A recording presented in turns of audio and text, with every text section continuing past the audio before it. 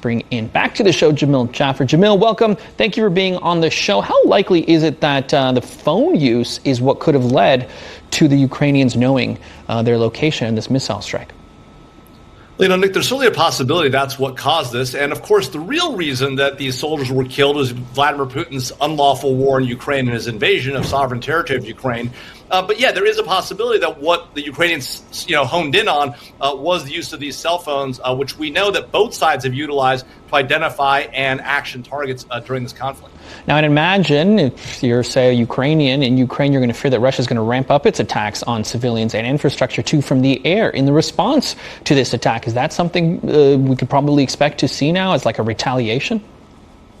Well, of course, what the Russians have done throughout this conflict is they've targeted civilian infrastructure and civilians, apartment buildings, hospitals, schools, and the like.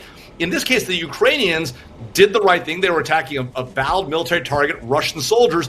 And you're right, the Russians are likely to respond by going after civilians. That is not a lawful form of warfare. It's against international law. And yet it's the way the Russians have fought this conflict since the beginning of their